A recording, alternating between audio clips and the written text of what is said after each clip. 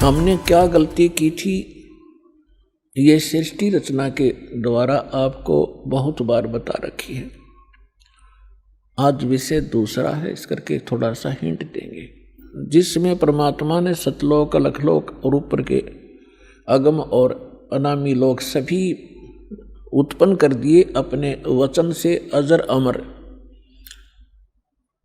और परमात्मा ने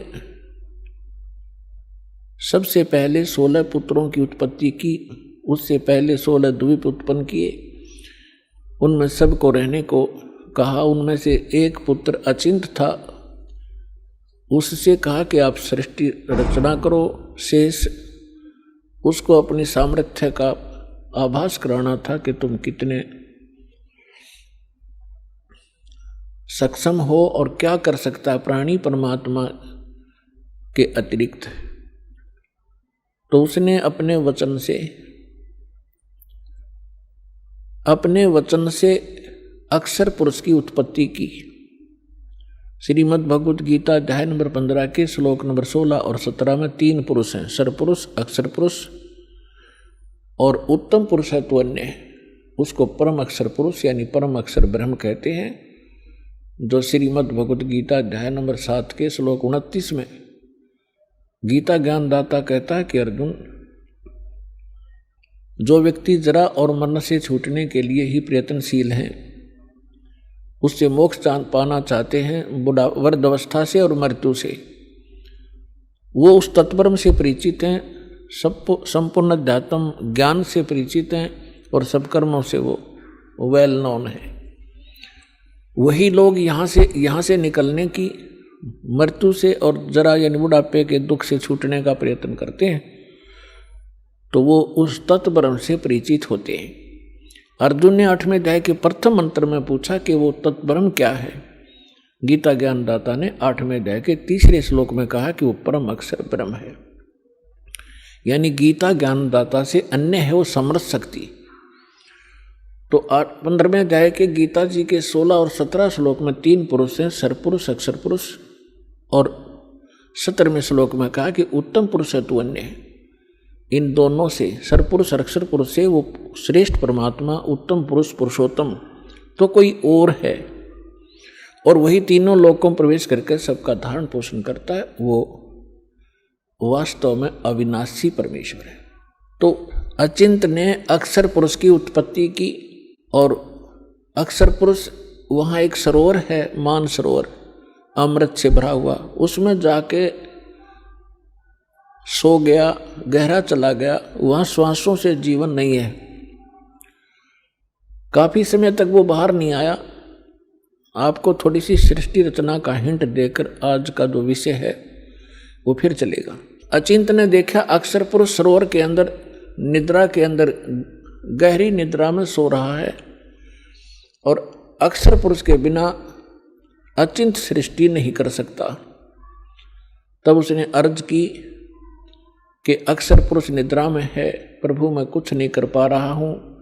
तब परमात्मा ने कहा कि बेटा तुम कर भी नहीं सकते, ये तुम्हारे को थोड़ा सा एक झटका दिया है, कहीं तुम बीच में टांग अड़ा लेते।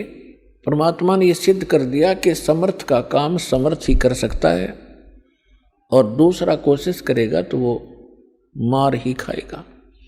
तब परमेश्वर ने उसी सरोवर से थोड़ा सा जल अपनी आचमन में लिया, अपनी शब्द से उसको अंडा बना दिया। अंडे में अपने वचन से, अपने ही अंदर से एक आत्मा उसमें प्रवेश कर दी। उस अंडे को बहुत बड़ा आकार का अंडा बना दिया, उसको उसमें छोड़ दिया। सरोवर में गड़गड़ गड़गड़ करता हुआ वो नीचे गया, तो उसकी गड़गड़ाहट सुनकर अक्षर पुरुष की निद्रा खुल गई। और किसी को कच्ची निद्रा से जगा दिया जाए तो उसमें थोड़ा सा क्रोध होता है। उसने क्रोधवश उसको देखा कि किसने मेरी निद्रा भंग कर दी, तो वो कोप उस अंडे पर टकराया, उससे अंडा फूट गया, उसमें से ये सरपुरुष निकला, सरपुरुष। अब इस अध्यात्म ज्ञान को सुनने के लिए यह सृष्टि रचना एक मास्टर की समझ लेना। और जब तक आप इस सृष्टि रचना से परिचित नहीं होगे तब तक आप अध्यात्म का कोई सिर पैर नहीं समझ सकते। प्रथम बार कोई सुनेगा उसको ऐसा लगेगा जैसे दंत कथा बनावटी कहानी है। अब वो अंडा फट जाने से उसमें से सरपुरुष निकला ज्योत निरंजन, जिसको काल भी कहा जाता है, जो 21 ब्रह्मांड का स्वामी है। तब परमेश्वर ने कहा कि तुम दोनों बाहर आओ। वो दोनों बाहर आ गए। उनसे कहा कि जाइए आप अचिंत के द्वीप में रहो। एक स्थान तीनों को दे दिया, अचिंत, सरपुरुष और अक्षर पुरुष। उसके पश्चात परमेश्वर ने स्वयं शेष रचनाएं की और हम सभी आत्माओं को अपने वचन से उत्पन्न कर दिया। असंख्य जितने भी यहाँ चींटी, मच्छर, मक्खी, सूक्ष्म जीव जो दिखते भी नहीं, दूरबीन से देखे जा सकते हैं, हाथी, देवता, ये सभी प्राणी परमात्मा ने अपनी वचन से उत्पन्न करके, ये सभी आत्माएं ऊपर रहा करती थी।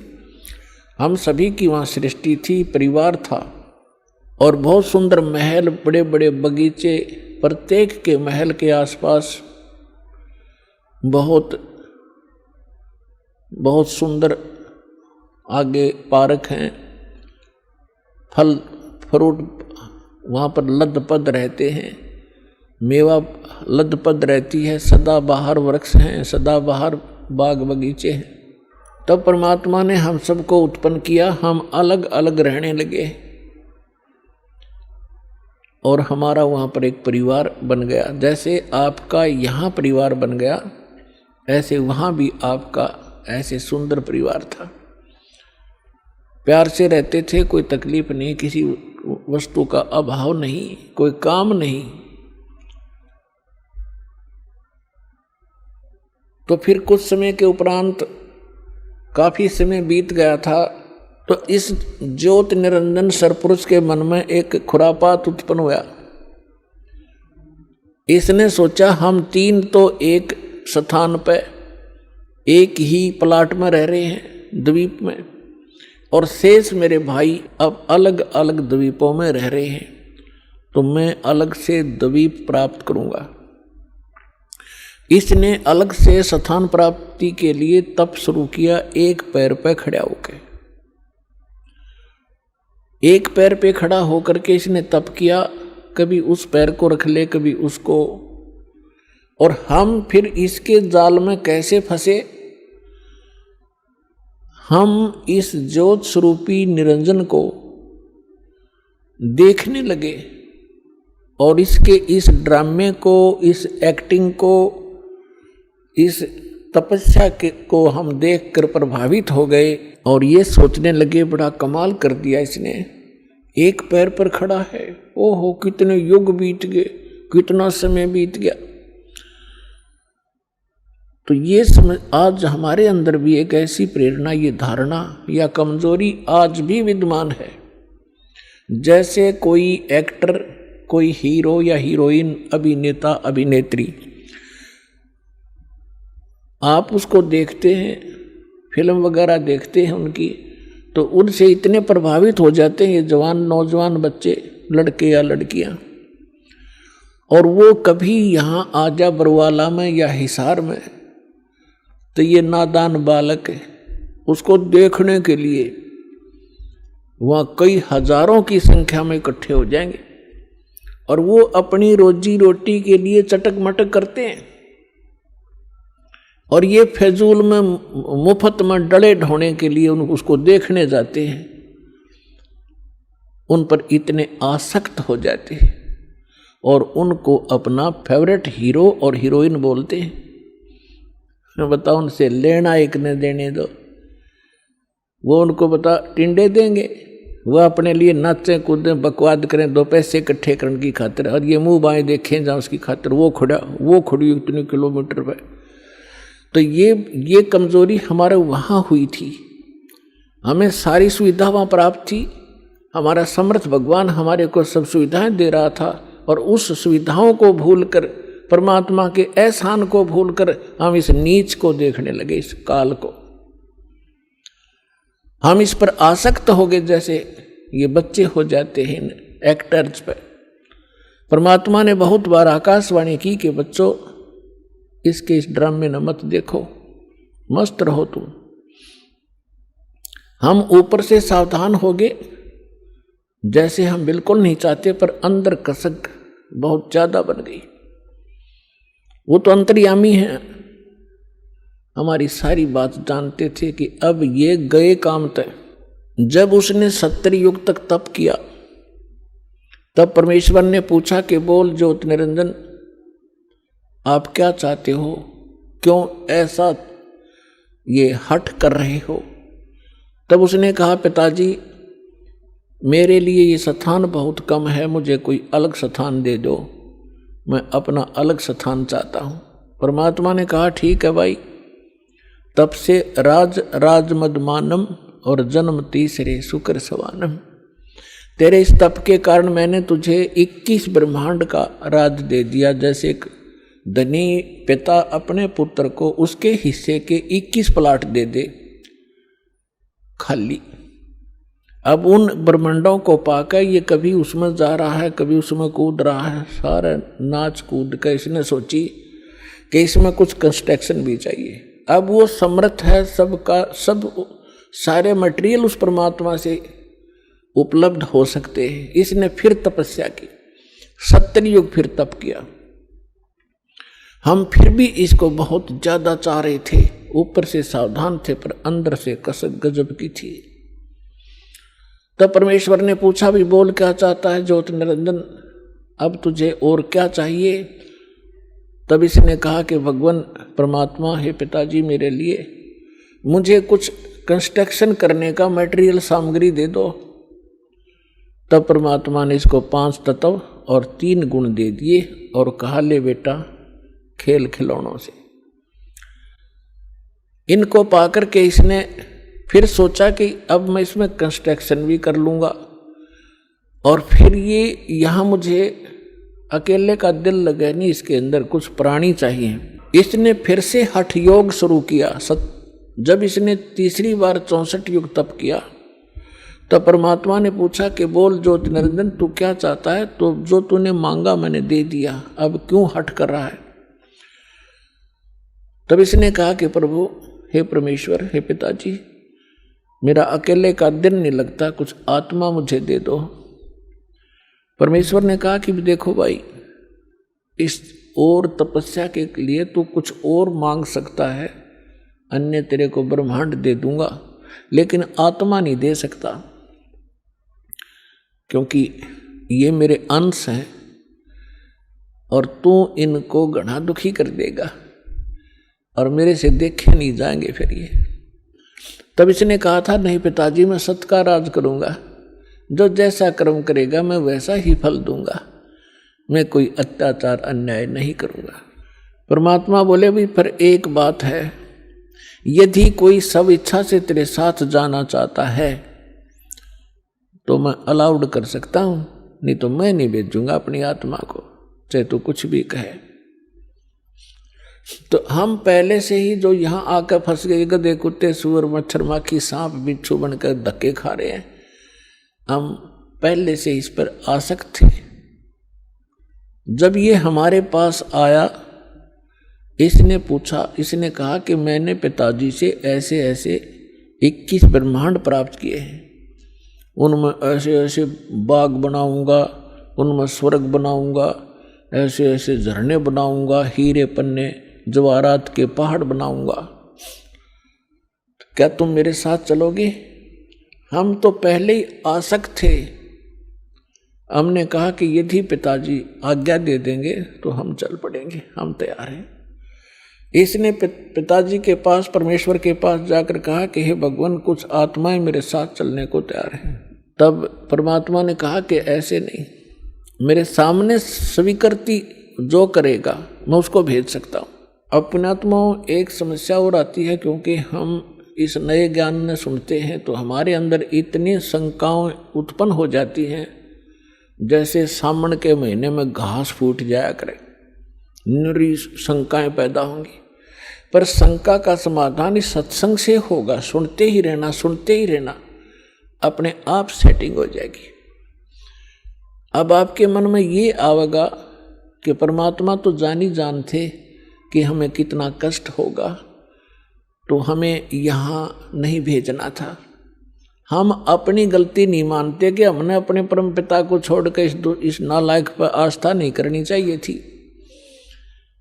जो हमें सारा सुख दे रहा था, और वो तो त्याग दिया और इस नंग के पीछे लाग लिए जो आप भिखारी उस परम पिता का।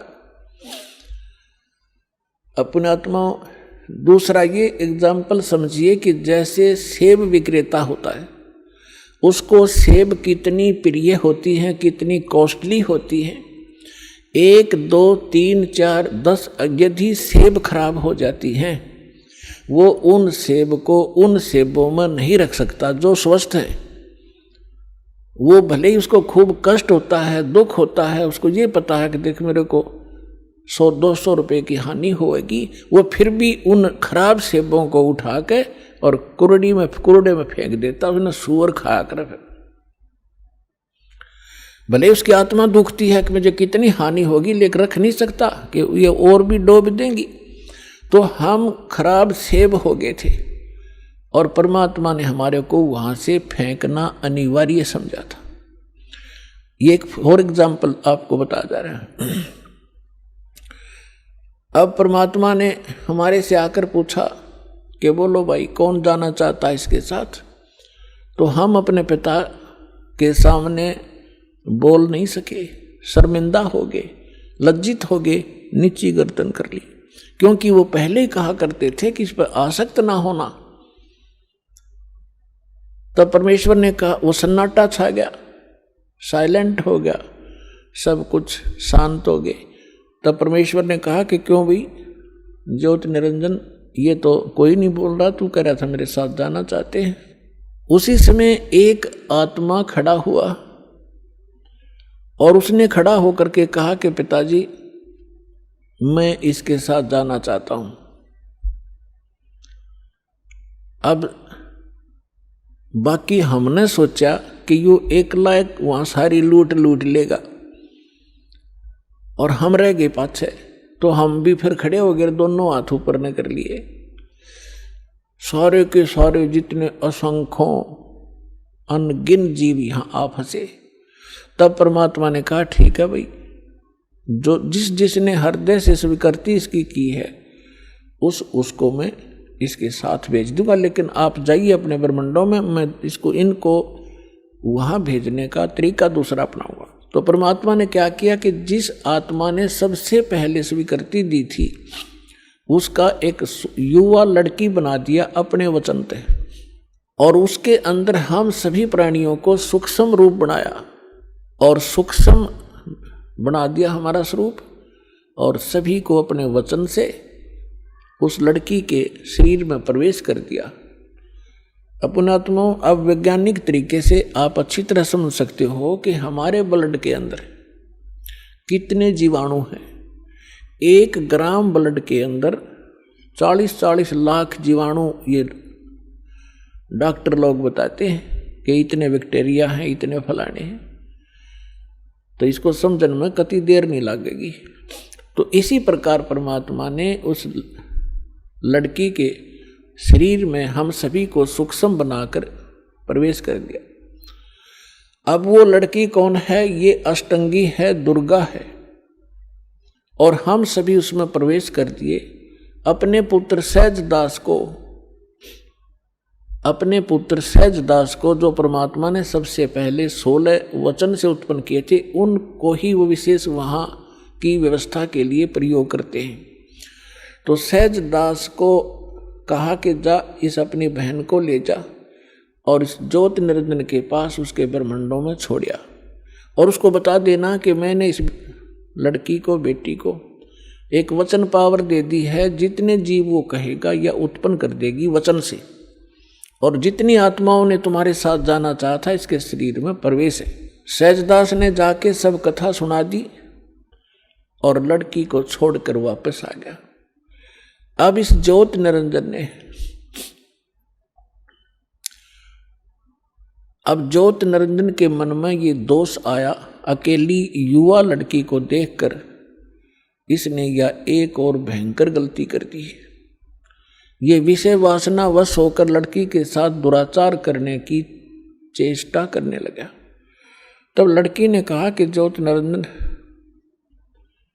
देखो, आप पिता के वचन से उत्पन्न हुए अंडे से, आप मेरे बड़े भाई हो, उसके बाद हमारी उत्पत्ति उसी परमेश्वर ने की है।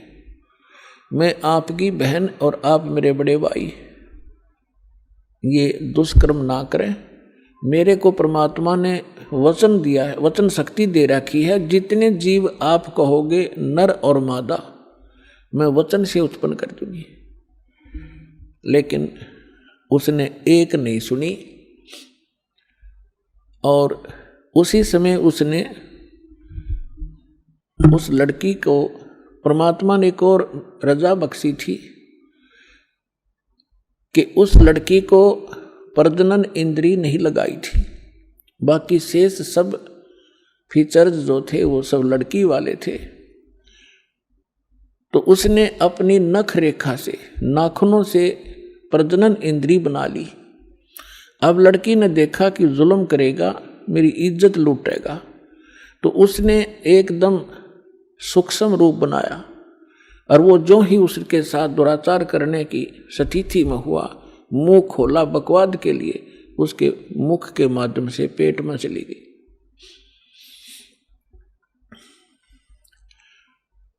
और वहां जाकर के उसने पुकार किया कि हे पिताजी मेरी रक्षा करो, मेरे साथ इसने ऐसा दुर्व्यवहार किया।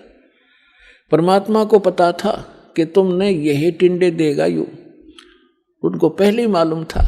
हो गया शुरू ड्रामा इसका।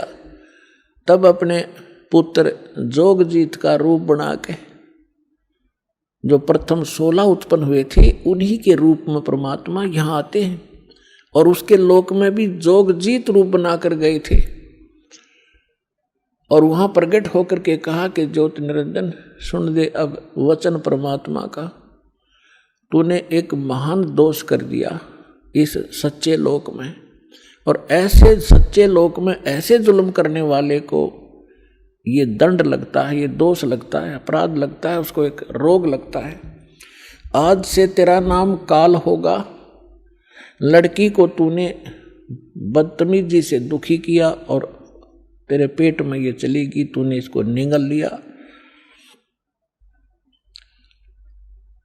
और 1 लाख मानव शरीरधारी प्राणी तू डेली खाया करेगा और 1.25 लाख उत्पन्न किया करेगा।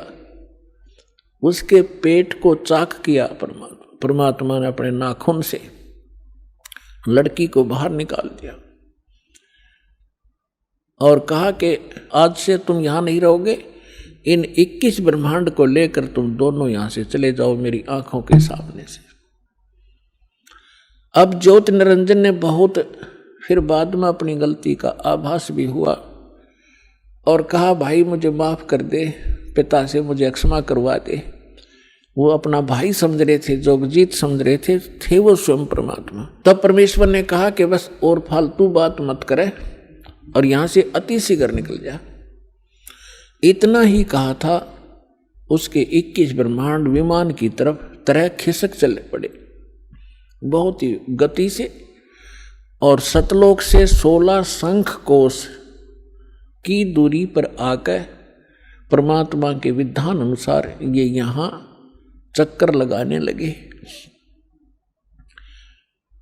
16 शंख कोश की दूरी पर सतलोक से ये हम यहां बैठे हैं।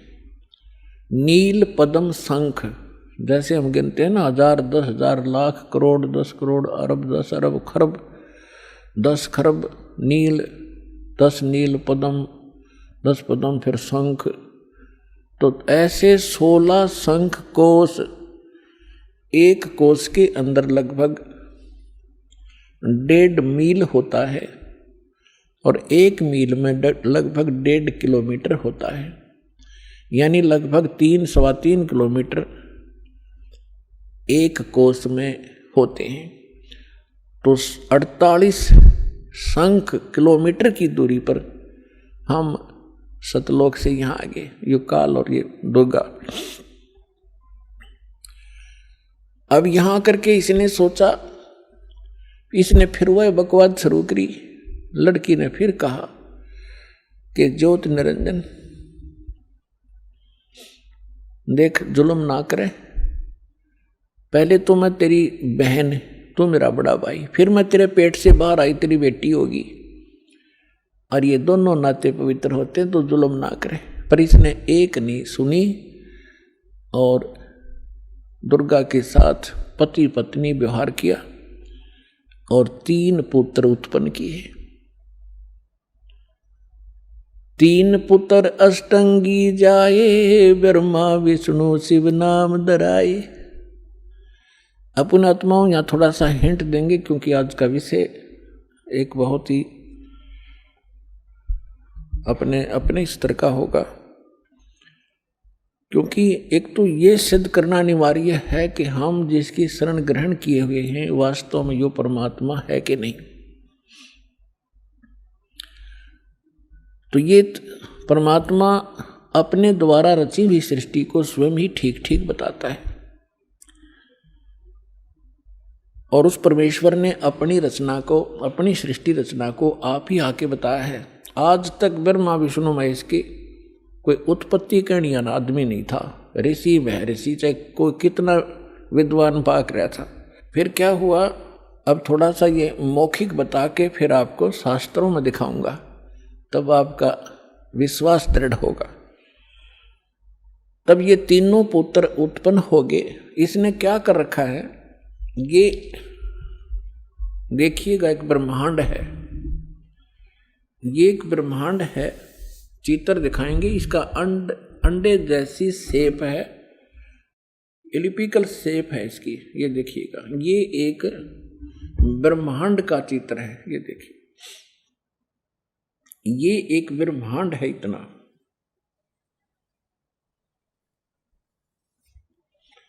और इसमें क्या क्या स्थिति है देखिएगा। इसमें क्या है, नीचे के ये 7 लोक हैं, ये पाताल लोक है, और ये तलातल, महातल, वितल, अतल, सूतल, रसातल। ये पाताल लोक, ये पृथ्वी लोक, और ये शिव का लोक, ब्रह्मा जी का लोक, विष्णु जी का लोक, ये कॉमन स्वर्ग और नरक, और ये इंद्र का लोक, स्वर्ग के राजा का लोक, ये धर्मराय का लोक जो न्यायाधीश है, ये मानसरोवर है, ये शपथपुरी सप्तऋषियों का अलग से नगरियां हैं, ये एक एक द्वीप है, और ये है ब्रह्मलोक। ये सारा ब्रह्मलोक है। इस ब्रह्मांड के अंदर ही ये ब्रह्मलोक है। इस ब्रह्मलोक के अंदर इस काल ने एक और जाल फैला रखा है। एक ये तो महा इंद्र का द्वीप है, ये ब्रह्मलोक है जिसको महास्वर्ग कहते हैं।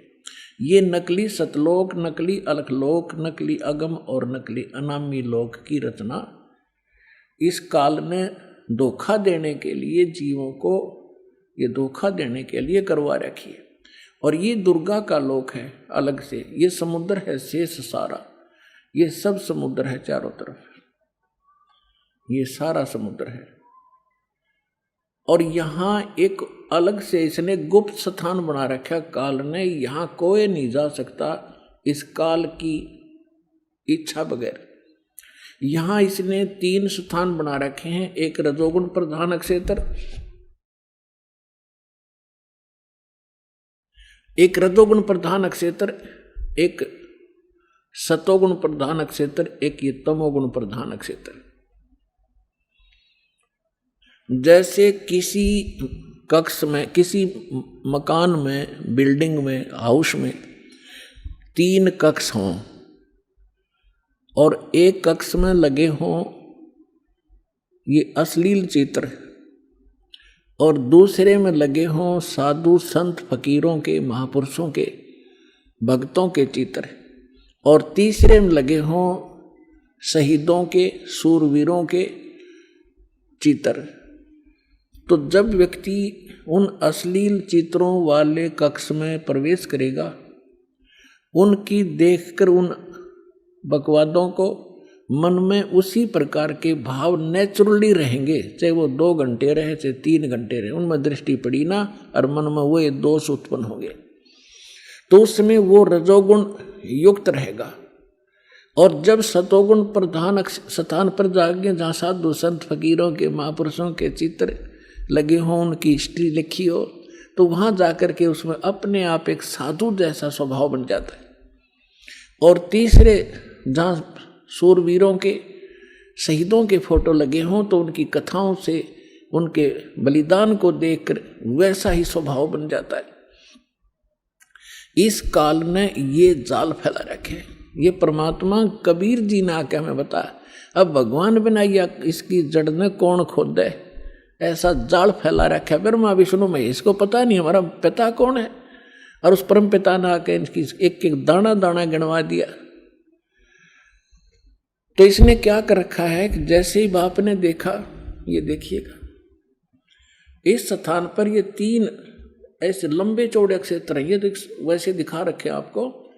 ये बहुत हजारों किलोमीटर, हजारों कोस का क्षेत्र है। इस क्षेत्र में ये रजोगुण प्रधान क्षेत्र है। तो ये क्या करता है, इसमें स्वयं ये ब्रह्मा का रूप बना लेता अपने पुत्र, जैसे ये ऐसा रूप, और अपनी पत्नी दुर्गा को रखता है सावित्री रूप में। इन दोनों के योग से, पति पत्नी व्यवहार से जो पुत्र उत्पन्न होता है, वो ऐसी शकल का और इसी विचारों का बन जाता है। ये तब तक इसी में रहते हैं जब तक इसका जन्म ना हो ले, और फिर उसको वहीं परवरिश के लिए रख देते हैं, कोमा में रखते हैं। जब तक ये युवा नहीं हो जाते तो ये कोमा में रखते हैं और वैसे उनकी परवरिश जारी रखते हैं। उसके बाद फिर ये यहाँ आ जाते हैं सतोगुण प्रधान क्षेत्र में। यहाँ ये विष्णु रूप बना लेता है और अपनी पत्नी दुर्गा को ये लक्ष्मी रूप बना लेता है। इन दोनों के संयोग से जो पुत्र उत्पन्न होता है वो सतोगुण युक्त हो जाता है और इस जैसी ही शकल का बन जाता है। और यहाँ देखिएगा, और जब ये तमोगुण प्रधान क्षेत्र में जाता है तो वहाँ ये ऐसी वेशभूषा बना लेता है और दुर्गा को ये ऐसे पार्वती जैसी शकल बनाकर वहाँ रखता है। इन दोनों के संयोग से जो पुत्र उत्पन्न होता है वो इस जैसी शकल का बन जाता है। फिर इन तीनों को ये कोमा में रख देता है, और जब ये जवान हो जाते हैं, युवा हो जाते हैं, इन तीनों को इकट्ठा कर देता है। अब इससे पहले हम आपको परमात्मा कबीर जी द्वारा अपनी ये सारी हमारी सृष्टि रचना सुना रखी है, और ब्रह्मा विष्णु महेश के कौन माता पिता हैं वो थोड़ा सा हिंट दूंगा। उसके बाद फिर आपको दिखाएंगे इन हमारे सदग्रंथों में, जिनको हम शिरोधार्य मानते थे, और सत्य ज्ञान युक्त पुराण, वेद, गीता, इनमें आपको रूबरू करेगा ये दास। तो परमात्मा को हम अशिक्षित मानते थे और ये कहा करते ये क्या जाने धानक दुल्हा, इसने संस्कृत आती नहीं, क्या जाने वेदों और गीता और पुराणों के गूढ़ रहस्यों को। अरे भगवान तो चिट्ठी से लेकर हाथी तक की भाषा जानता है, वो सब प्राणियों की भाषा जानता है। अब ये सिद्ध भी कर देगा दास आपको कि उस परमात्मा ने कैसे रजा बख्शी। अब देखिएगा अपनात्माओं, दास जो वचन बोल लेगा ये सोच लेना 100% सच समझ लियो। अब ये जो इंस्ट्रूमेंट प्रोजेक्टर बनवाए हैं परमात्मा की देन है आप पुण्यात्माओं के लिए। पहले ये लोग अपनी अपनी कथा सुनाया करते थे, सदग्रंथों का नाम लिया करते थे, कोरी बकवाद सुनाया करते थे, शास्त्र विरुद्ध ज्ञान देते थे, और हम इसलिए संतुष्ट रहते थे कि ये सभी विद्वान हैं, सदग्रंथों से परिचित हैं और इन्होंने ठीक ठीक सदग्रंथों को समझा होगा। आज पता चलेगा ये किसे विद्वान थे, ये खाकी कक भी पता नहीं था इनको, और उस परम पिता को जिसको धानक दुल्हा एक मजदूर और शूद्र कह के रिजेक्ट कर रखा था लाल को, उन्होंने 600 वर्ष पहले वो ज्ञान सुना रखा है जो वेदों और गीता पुराणों के अंदर विद्वान है। तो इससे पहले परमात्मा ने जो 600 वर्ष पहले ज्ञान धर्मदास जी को दिया था वो रूबरू करता हूं। ये देखिएगा कबीर सागर, ये वो सूक्ष्म वेद है।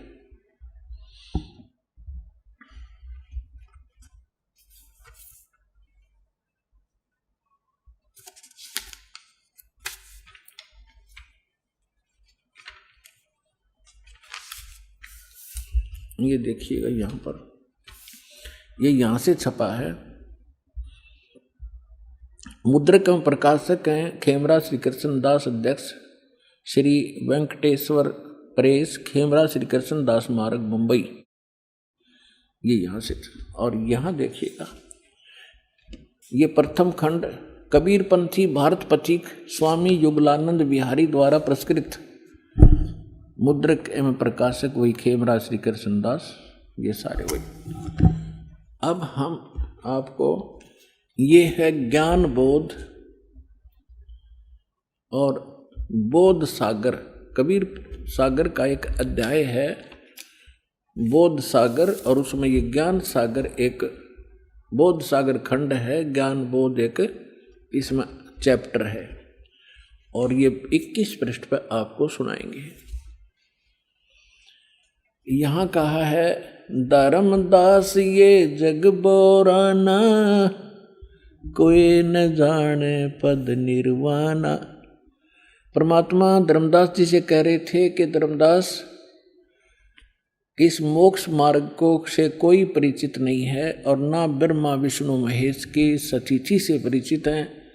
ये सारा विश्व भ्रमित है, ये सब यथार्थ ज्ञान से परिचित नहीं है, इसलिए मैं तुझे तेरे को ये कथा सुनाई है। देखिएगा, धर्मदास ये जग बोराना, कोई न जाने पद निर्वाण। निर्वाण माने मोक्ष मार्ग, पद माने मार्ग। यही कारण मैं कथा पसारा, जग से कहिए वो राम नियारा। ये गलती से मिसप्रिंट है। यही ज्ञान जग जीव सुनावो, सब जीवों का भरम नसावो। अब मैं तुमसे कहूँ चताई, तेरे देवन की उत्पत्ति बाई। होय होय, इन तीनों देवताओं का उत्पत्ति बताता हूँ तेरे को, जिनको तुम अजर अमर माना करते थे। इनके कोई माता पिता नहीं, ये सर्वेश्वर हैं, ये अजर अमर हैं। अब तुम्हें दिखाता सुनाता हूं इन तीनों देवताओं की उत्पत्ति। अब मैं तुमसे कहूँ चिताई, तेरे देवन की उत्पत्ति भाई। कुछ संक्षेप कहूँ गहुराई, सब संशय तुमरे मिट जाई। भरम गए जग वेद पुराना, आदि राम का वेद न जाना। राम राम सब जगत बखाने, आदि राम कोई बिरला जाने। आदि राम माने सनातन परमात्मा, यह इन्होंने नाम लिखा है, ये मिसप्रिंट है। तो राम राम सभी कहते हैं, लेकिन उस आदि राम को, उस सनातन परमात्मा को कोई नहीं जानता। देखिएगा ज्ञान, अब मैं जो कथा सुनाने जा रहा हूं, ज्ञानी सुने तो हृदय लगाई, मूर्ख सुने तो गम ना पाई। विद्वान पुरुष सब प्रमाणों को देखेंगे, तुरंत स्वीकार कर लेंगे, और जो मूर्ख होंगे या कोई जानबूझ के ईर्षावश नहीं स्वीकार करेंगे, तो उनकी बात यहाँ नहीं है। जो बुद्धिमान होंगे इस ज्ञान को तुरंत हृदय से लगाएंगे। अको हो सारे प्रमाण। और परमात्मा कहते हैं, जानबूझ साची तजय, और करे झूठ तैने, और ताकि संगत है प्रभु सपने में भी ना दे। ऐसा दुष्ट सामने प्रमाण देख के और फिर नखरे करता है। तो जानबूझ साची तजय और करे झूठ तैने, तो ताकि संगत है प्रभु कहते सपने भी में ना दे। ऐसा दुष्ट कभी कहते कभी ना मिलाइयो इसे व्यक्ति ने। सामने प्रमाण है और फिर नहीं मान रहा है। तो यहाँ परमात्मा कहते हैं, ज्ञानी सुने सो हृदय लगाई, मूर्ख सुने तो गम ना पाई। अब क्या बताने जा रहे हैं? माँ अष्टंगी पिता निरंजन, माँ अष्टंगी पिता निरंजन, ये जम दारुण वंशन अंजन। पहले कीन निरंजन राई, पीछे से माया उपजाई। ओए कहते हैं पहले उस ज्योत निरंजन की उत्पत्ति की थी अंडे से, और पीछे से दुर्गा बनाई थी, उत्पत्ति की थी। पहले कीन निरंजन राई, पीछे से माया उपजाई। माया रूप देख अति शोभा, देव निरंजन तन मन लोभा।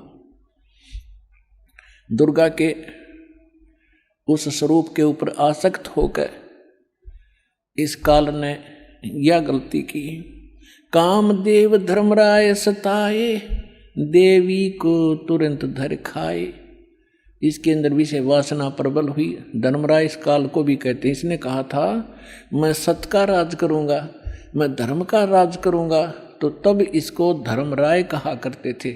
और जब इसने लड़की के साथ जुल्म किया, इसको काल कहा गया। अब क्या कह रहे हैं? माया रूप देख अति शोभा, देव निरंजन तन मन लोभा। काम देव धर्मराय सताए, हे देवी को तुरंत दर खाए।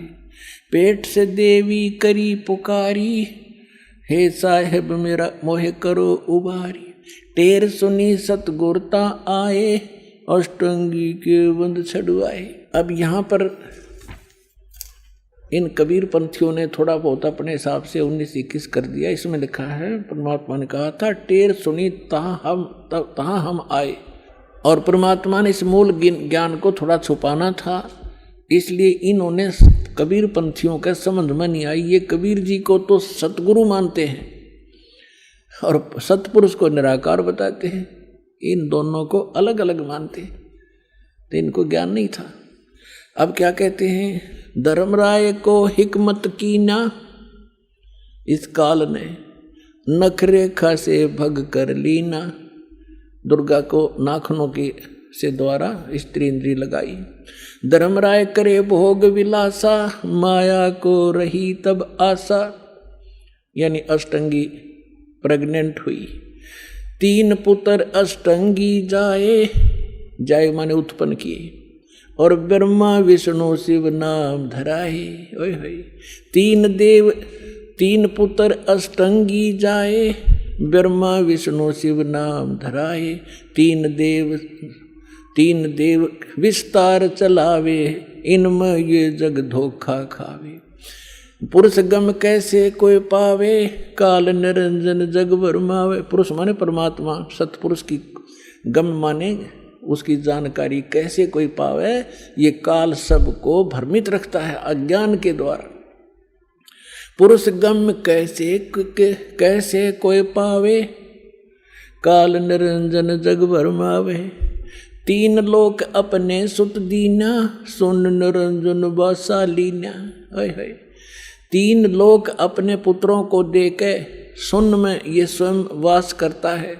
अलख निरंजन सुन ठिकाना, ब्रह्मा विष्णु शिव वेद न जाना।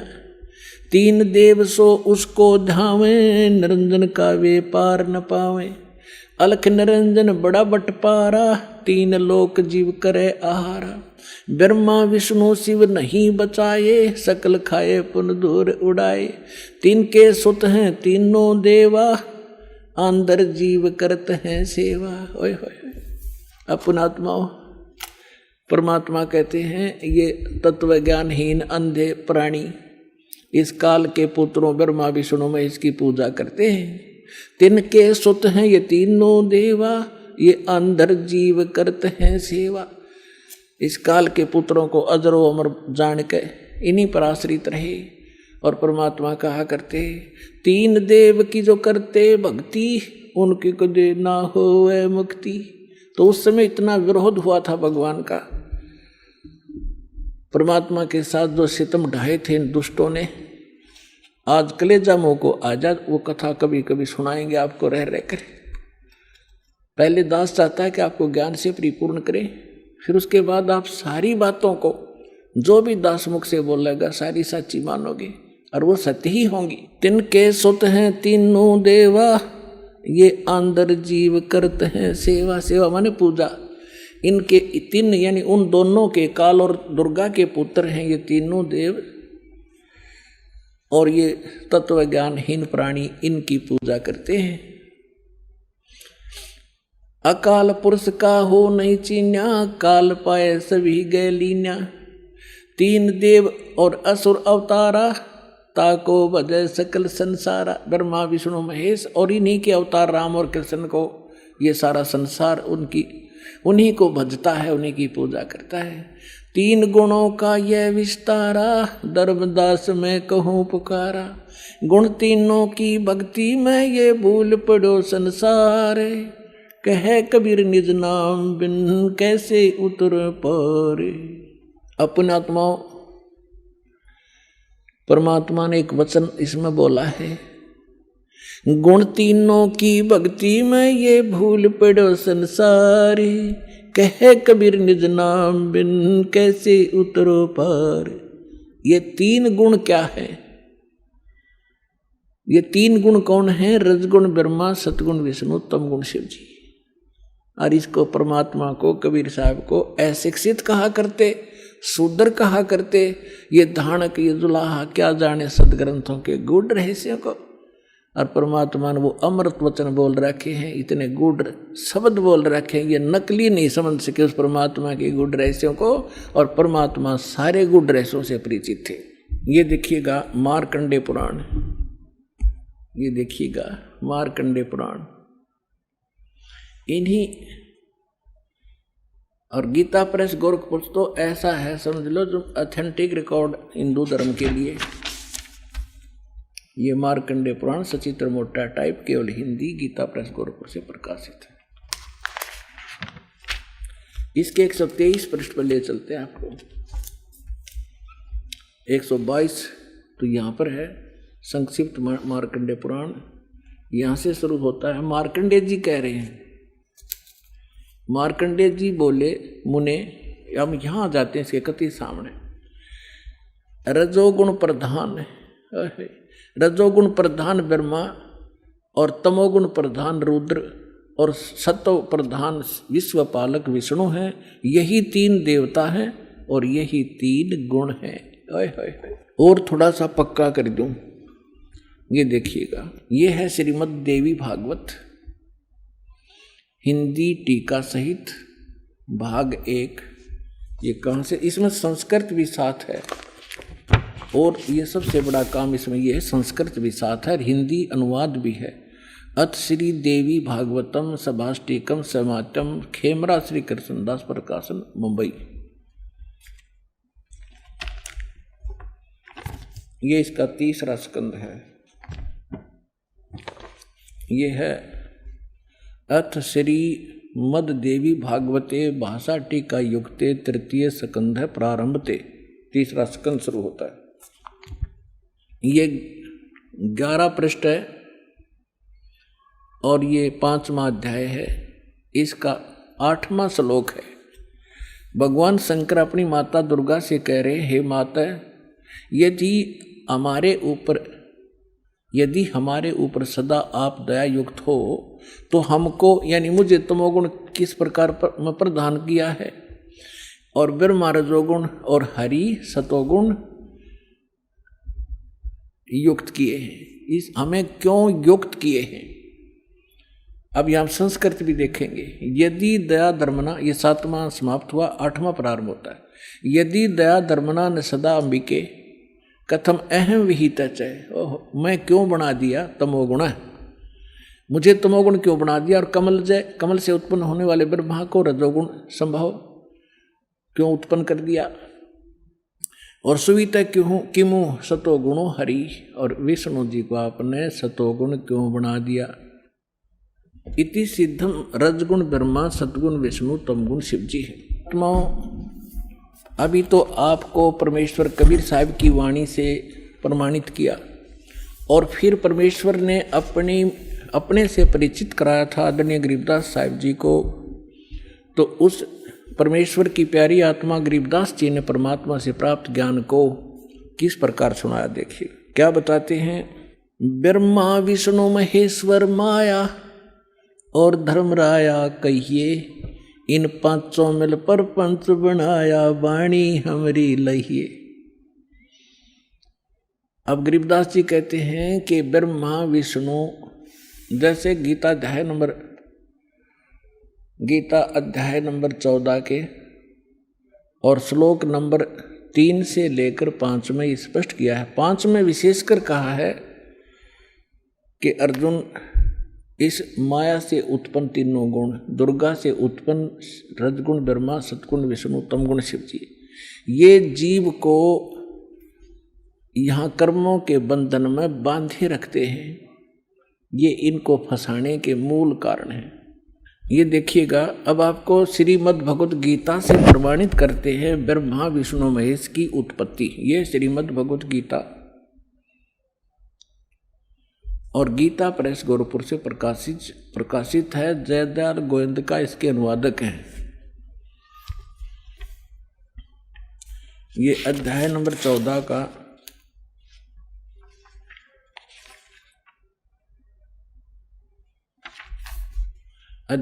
14 का श्लोक नंबर 3 से 5 सुनाएंगे आपको। ये 3, इसमें क्या कहा है कि अर्जुन मेरी ये महत ब्रह्म रूप मूल प्रकृति। अब आपको दास ने श्रीमद् देवी भागवत के 3रे स्कंद में विष्णु जी कहते हैं अपनी माता दुर्गा को कि तुम शुद्ध स्वरूपा हो, ये सारा संसार तुमसे उद्भासित हो रहा है।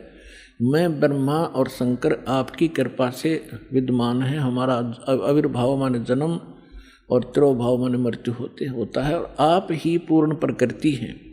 और इसमें रुद्र संहिता शिव पुराण के अंदर आपको दिखाया था कल कि इस सदाशिव काल रूपी ब्रह्म ने अपने ही विग्रह से वह सृष्टि वह निकाली, दुर्गा निकाली, और उसको प्रकृति भी कहते हैं। पहले उसको फिर ये दिखाते हैं आपको, देखिएगा। अब 14वें अध्याय के 3रे श्लोक में ये क्या कहता है कि अर्जुन, ये काल बोल रहा है ब्रह्म, मेरी ये मूल प्रकृति सभी संपूर्ण भूतों यानी प्राणियों की योनि यानी गर्भाधान स्थान है, और मैं काल ब्रह्म उस योनि में गर्भ यानी चेतन समुदाय गर्भ को स्थापना करता हूँ, और तत्व माने उस के संयोग से सभी प्राणियों, भूतों माने प्राणियों की उत्पत्ति होती है। 4 में क्या कहा है, हे अर्जुन, ये नाना प्रकार की सब योनियों में जितने भी मूर्तियाँ यानी शरीरधारी प्राणी हैं उत्पन्न होते हैं। प्रकृति यानी दुर्गा तो उनकी गर्भ धारण करने वाली माता है, और मैं बीज स्थापन करने वाला पिता हूँ। आगे देखो 5वें में, हे अर्जुन, सतगुण रजगुण और तमगुण, सतगुण विष्णु, रजगुण ब्रह्मा, तमगुण शिव जी, ये प्रकृति से उत्पन्न, दुर्गा से उत्पन्न, और तीनों गुण रजगुण ब्रह्मा, सतगुण विष्णु, तमगुण शिव जी अविनाशी जीवात्मा को शरीर में फंसाए रखते हैं, बांधे रखते हैं कर्मा के अनुसार। अब इसने तो यो ठीकरा फोड़ दिया ब्रह्मा विष्णु महेश पर कि ये बांध रहे हैं।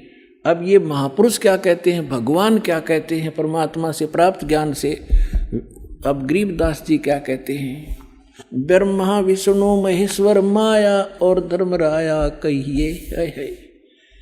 क्या कह रहे हैं कि ब्रह्मा विष्णु अकेले दोषी नहीं हैं, ये धर्मराय माने काल और या दुर्गा, ये इन पांचों ने मिलकर तुम्हें फंसा रखा है। अकेले इसने ब्रह्मा विष्णु महेश दोषी बना दिए। अब क्या बताते हैं, ब्रह्मा विष्णु महेश्वर माया और धर्मराया कहिए, इन पांचों मिल पर पंच बनाया वाणी हमरी लहिए। हम जो कह रहे हैं इसको घनी गौर से सुनना और इस पर बहुत गौर करना। इन पांचों ने मिलकर ये परपंच बना रखा है, आपको यहाँ फंसा रखा है। ये है खोखापुर की बाजी, बिष्ट बखुंट दगासी साची, ये कृत्रिम जीव भुलाने बाई, निज घर की तो खबर न पाई। अपने निज घर का तो ये पता भी नहीं लगने देता, ऐसा जालिम है ये काल। 1.25 लाख उपजे नित हंसा और 1 लाख विन से नित अंसा। 1.25 लाख उत्पन्न करता है और 1 लाख को रोज खाता है। उत्पत्ति खपती अप्रलय फेरी, हर्ष शोक जोरा जम जेरी।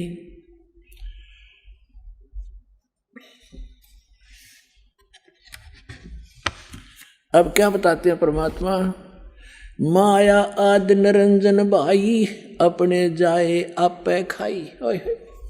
अपने आत्माओं, आप जब इस ज्ञान से परिचित होगे, आपकी आत्मा गदगद हो जाएगी। और तेरा गजब हो, कहाँ फंस रहे थे और क्या हम ज्ञान लिए बैठे थे। अब क्या बता रहे महापुरुष, माया आदि निरंजन भाई, ये अपने जाए आप पे खाई। ज्योत निरंजन और ये दुर्गा आप पे पैदा करते हैं और आप पे खावे सारा ने। अब दुर्गा खाती नहीं, इसका सहयोग दे रही है। अब इसके विवश होगी, अपने पाप कर्मों के कारण हम इसके पराधीन हो गए। और इसने दुर्गा को इतना डरा रखा है कि तू मेरा भेद किसी को नहीं बतावेगी, नहीं तो तेरी खैर नहीं है। इसने इस डर के कारण ब्रह्मा विष्णु महेश को भी काल का जिक्र नहीं कर रखा। ये तो परमात्मा ना का भांडा फोड़ा इसको बेनकाब किया।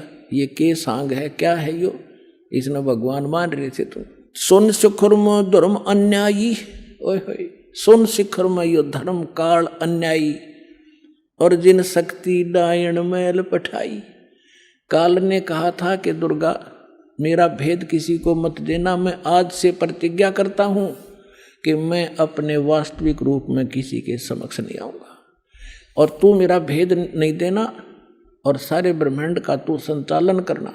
तब इसने कहा था कि एक तरफ तो मैं औरत इतने बड़े विभाग को कैसे संभालूंगी, आप क्यों ऐसा जुल्म कर रहे हो, आप मेरे साथ भी नहीं रह रहे हो। तब इसने कहा था कि मैं काम तो सारे मैं करूँगा, तुझे नियमित बनाऊंगा, गुप्त रूप से मैं सब काम करूँगा, तू चिंता मत करना। तो क्या कहते हैं, सुन शिखर में धर्म अन्यायी, ये काल अन्यायी, जिन शक्ति डायण मैल पठाई। अब दुर्गा को कहते हैं इसने भी इसका सहयोग दे दिया, विवश होकर के इसको ये नीचे भेज दी। लाख गरा से नित उठ दूती, ये माया आद तकत की कूती। 1.25 लाख घड़िए नित भांडे, अंसा उत्पत्ति पर ले डांडे। 1.25 लाख तो पैदा करते हैं डेली, और 1 लाख को मार देते हैं। कहते हैं ये हंसा, ये सब जीवात्मा, प्यारी आत्मा भगवान की जन्म और मरण के इस दंड से दंडित कर रखे। 1.25 लाख घड़िए नित भांडे, इस शरीर को भांडा बोला है, बर्तन बोला है, इसको चोला भी कहते हैं इसको। तो कहते हैं ये 1.25 लाख ये बर्तन, ये हंस शरीर बनाए जाते मानव के डेली, और 1.25 लाख मारे जाते हैं। 1.25 लाख घड़िए नित भांडे, हंसा उत्पत्ति पर ले डांडे। ये तीनों चेला बटपारी, सर्जे पुरुषा सर्जी नारी। ये खोखापुर में जीव भुलाने, स्वप्न विष्ट बैकुंठ बनाए। खोखापुर में जीव भुलाए, स्वप्न विष्ट बैकुंठ बनाए। ये है अरहट का कुआ लोई, यागड़ बंजा है सब कोई। कीड़ी कुंजर और अवतारा, हरहट डोर बंधे कई बारा। ये कोटक करता फिरता देखा, हरहट डोर कहूँ सुन देखा। ये चतुर्भुजी भगवान कहावे, हरहट डोर बंधे सब आवे। अब यहाँ क्या बताना चाहा है आदरणीय गरीबदास साहिब जी ने परमात्मा से,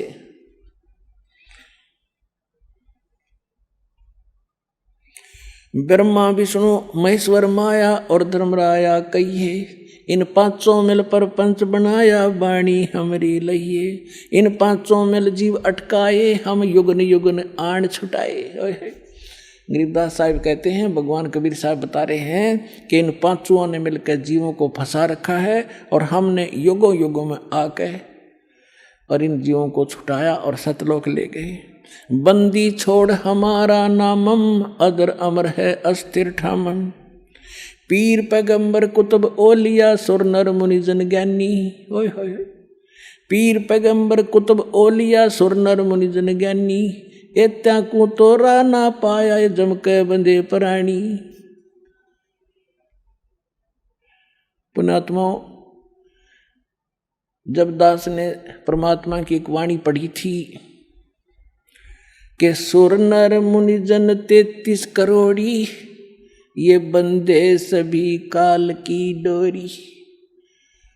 तो दास को भी विश्वास नहीं हुआ था कि ये इतने देवता ब्रह्मा विष्णु महेश ऋषि मुनि, क्या इनको भी रास्ता नहीं मिला? क्या कह रहे हैं गरीबदास जी? पीर पैगंबर और कुतुब ओलिया और सुरनर मुनिजन ज्ञानी, ये विद्वान पुरुष महर्षि, इनको वो मार्ग नहीं मिला। ये काल का बंधे प्राणी, ये काल के ही जाल में रहे।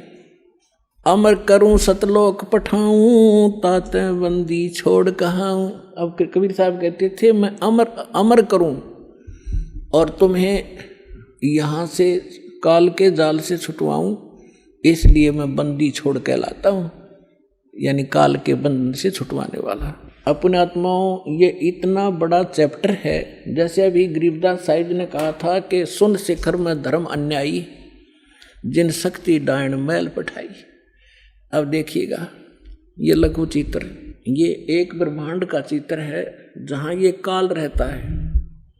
ये देखिएगा, ये सारे एक ब्रह्मांड के अंदर ये व्यवस्था है आपको बताई। नीचे के ये 7, ये पाताल रसातल सुतल तल तलातल मातलिए, और ये पृथ्वी लोक, ब्रह्मा का लोक, विष्णु जी का लोक, शिव का लोक, विष्णु जी का लोक, और ये कॉमन स्वर्ग है। स्वर्ग और नरक इकट्ठा ही है। और ये इंद्र का लोक, ये धर्मराज का लोक, ये है, इसको महास्वर्ग कहते हैं। ये इतना महास्वर्ग है। ये सारा एक ब्रह्म लोक कहलाता है इतना। ये इसके अंदर अलग व्यवस्था है। तो ये काल यहाँ रहता है, यहाँ पर, और इसका यूँ अलग से व्यवस्था है। ये अलग से, इसमें कोई नहीं जा सकता। इस दुर्गा को इसने यहाँ एक अलग से द्वीप दे रखा है। यहाँ ये यहाँ रहती है। इसकी इच्छा होती है तब इसको ये ऊपर लेता है, नहीं इसको फिर नीचे छोड़ देता है। ये फिर यहाँ अपने अलग द्वीप में रहकर इन सब का, इस पूरे ब्रह्मांड का की देख रेख करती है और इसके संपर्क में रहती है। ये काल यहाँ रहता है ऊपर, और इसके ये ऐसे 21 ब्रह्मांड हैं। ये देखिएगा, ये जो आपने एक ब्रह्मांड देखा था, अब ये समझना ये एक गेंद जो है ये ब्रह्मांड है। ऐसे इसने 5 ब्रह्मांडों को एक स्थान में रोका है, जिसको महाब्रह्मांड बनाया है। तो ऐसे ऐसे 4 महाब्रह्मांडों में 20 ब्रह्मांडों को रोक कर इसने एक 21वां ब्रह्मांड यूं अलग बना रखा है। ये पूरा देखिए एक बार, ये सबसे ऊपर ये अलग एक ब्रह्मांड है। ये वैसे बनाने में, दिखाने के लिए अलग से बनाना, इसकी भी ऐसे ही एलिप्टिकल शेप है ऐसे। तो इसने यहाँ नकली यहाँ एक अलग से ब्लॉक है, यहाँ पर ये लॉक लगा रखा है। प्रत्येक इस सर्कल से निकलने की प्रत्येक भंवर गुफा है, प्रत्येक में। इस एक ब्रह्मांड से निकलने की भी भंवर गुफा है, इस फिर महाब्रह्मांड से निकलने की भी एक भंवर गुफा है, और इस सारे से निकल कर इसमें प्रवेश करने की प्रत्येक में भंवर गुफा है। जब हम सतलोक में जाएंगे और 7 संग ब्रह्मांड अक्षर पुरुष के पार करेंगे, वहाँ भी लास्ट में एक भंवर गुफा आएगी। इस काल ने उसकी तकरीबन नकल कर रखी। तो ये यहाँ बैठा है शिखर शून्य में सबसे ऊपर। तो यहाँ इसने नकली अलग सतलोक, नकली अलग लोक, अगम और नामी लोक नकली बना रखे हैं जीव को भ्रमित करने के लिए। और यहाँ एक अच्छी आत्माओं में से 12 आत्माएं ऐसा सेफ रखता है, उनको कलयुग में भेजता है दूत बनाकर इस नकली ज्ञान को फैलाने के लिए। जैसे दास ने आज के सत्संग में सुनाया था सुबह कि जो पुण्यात्माएं भक्ति करके मर्यादा में रहकर चली जाएंगी वो तो गई सतलोक में, जो रह जाएंगी फिर काल अपना दुरुपयोग करेगा उन अच्छी आत्माओं के। पुण्य तो वो इस समय के होंगे, अच्छी भक्ति से युक्त चारित्र तो वो अब होंगे, और फिर सारी उम्र असंख्य जन्मों तक वो अपने कर्म फोड़ेंगे, उस पुण्य को ही खत्म करेंगे। तो ये 12 अचिंत भक्तों को ये वहाँ रखता है। अब कलयुग जब आया, इसने ये 12 दूत भेज दिए और उन्हीं को फिर से आगे भेजता रहता है। इनकी इतनी कमाई है, जैसे आप देख रहे हो यो जय धन धन सतगुरु सच्चा सौदा सिरसा वाला, आज एक चीफ मिनिस्टर से भी ज़्यादा सुविधाएं प्राप्त हैं जिसको, और इसने कख का पता नहीं, कोई भक्ति नहीं, ये पूर्व जन्म का बहुत संस्कारी प्राणी था और इसने इस काल ने भेज दिया ने। अब ये सारी उम्र खोटे खोदेगा, कति भक्ति नहीं इसके पास और फिर भी इसके ठाठ रहेंगे और लास्ट में इसको ऐसी बुरी मौत मारेगा, ऐसी दुर्गति होगी ऐसे व्यक्तियों की, आगे चल के ना जाने कौन सी योनि में डाल देगा। तो ये इसने ये 12 भक्त अच्छी आत्माएं वहाँ सेलेक्ट रखता है प्रत्येक उसमें, और फिर इनको जैसे ये 12 यहाँ भेजे, उनको रह रह कर फिर जैसे राधा स्वामी शिवदयाल जी जो थे ये अच्छी आत्माओं में थे। उसके बाद फिर ये बाबा जयमल सिंह जैसे, सावण सिंह जैसे, फिर ये बलोचिस्तानी साहब मस्ताना जैसे, और ये अब सच्चा सौदा सिरसा वाले जैसे, ये सारी पुण्यात्माएं थी। इनके पूर्व जन्म के पुण्य संग्रहित हैं और ये सारी उम्र कति भक्ति तो है नहीं इनके पास, करेंगे खा किए और फिर भी ये सुखी दिखाई देंगे और सारी इनके वचन में भी थोड़ी बहुत पावर होगी, लोग इससे प्रभावित भी रहेंगे फंसाए रखने के लिए। तो ऐसे ये 12 यहाँ देखना, ये फिर इसने 12 अचिंत भक्तों का निवास स्थान ये अलग बना रखे और ये यहाँ रहता है। यहाँ एक तपस्शिला है, इस तपस्शिला पे 1 लाख मानव शरीरधारी प्राणियों को के सूक्ष्म शरीरों को भूनता है और यहाँ इसका निज स्थान है। ये सुराख है आगे उस अक्षर पुरुष के लोक में जाने का। ये देखिएगा ये यहाँ, अब ये वो 21 ब्रह्मांड हैं ये वाले, बस इतने और इससे निकलकर इसमें से ये 7 संग ब्रह्मांड है, ये सरपुरुष के 21, ये 7 संग ब्रह्मांड हैं अक्षर पुरुष के, परब्रह्म जिसे कहते हैं ये वाले, इतना बड़ा। तो इसमें यहाँ ये 21वां ब्रह्मांड इसका, इसमें से आगे जाने का रास्ता है जो सतलोक को जाता है। अब ये बड़े वाला लेंगे हम,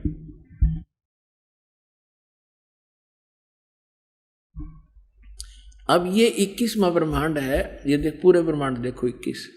तो अब ये यहाँ बैठा है, इस यहाँ एक रास्ता है, ये 11वां द्वार है, ये 11वां द्वार, और इस 11वें द्वार को इसने स्वयं रोक रखा। यहाँ बैठा है ये, कोई भी प्राणी यहाँ से नहीं जा सकता। यहाँ से वही जा सकता है जिसको कबीर परमेश्वर लेकर जाएंगे, और परमात्मा के वहाँ जाते ही काल का उस द्वार को स्वयं रोके बैठा है। जब वहाँ यहाँ से हम जाएंगे भक्ति इस भगवान के मंत्र के आधार से, तो इसका सिर झुक जाता है ऐसे अपने आप, और इसके सिर पे पैर रख के, और तब हम इस अक्षर पुरुष के लोक में प्रवेश करते हैं। यहाँ काल ने ये वो 11वां द्वार है, और वो ये अब यहाँ लेंगे हम पूरे ब्रह्मांड।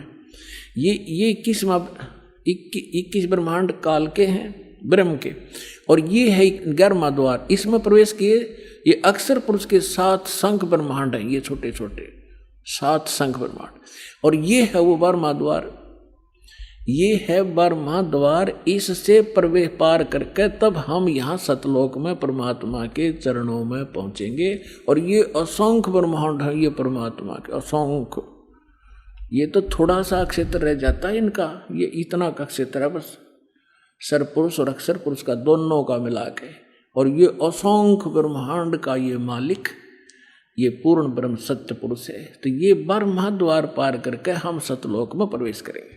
अब आपने देखा परमात्मा ने बताया कि इस ब्रह्मा विष्णु महेश की उत्पत्ति कैसे हुई, और अब थोड़ा सा हिंट इन पुराणों से देना पड़ेगा ताकि आपका विश्वास दृढ़ हो। पुण्यात्माओं, यदि इस जीवन में आपको कोई विशेष काम है तो ये है परमात्मा को समझना, जानना और मोक्ष प्राप्त कराना। जब भगवान आपको मिल गया, सत्साधना आप करते हैं, तो आपके जो भौतिक लाभ हैं वो तो ना चाहते हुए भी आपको मिलेंगे।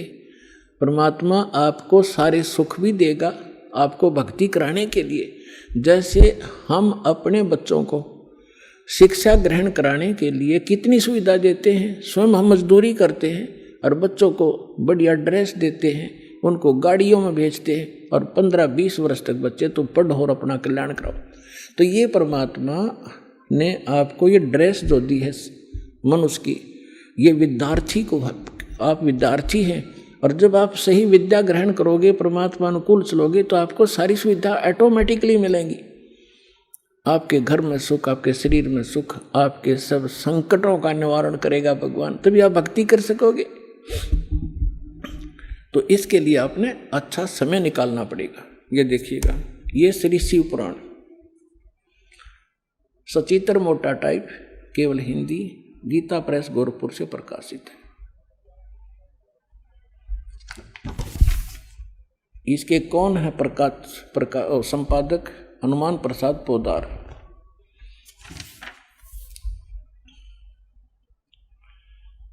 ये प्रकाशक मुद्रक हैं, गीता प्रेस गोरखपुर, गोविंद मोहन कार्यालय, कोलकाता का संस्थान। अब यहाँ देखिएगा,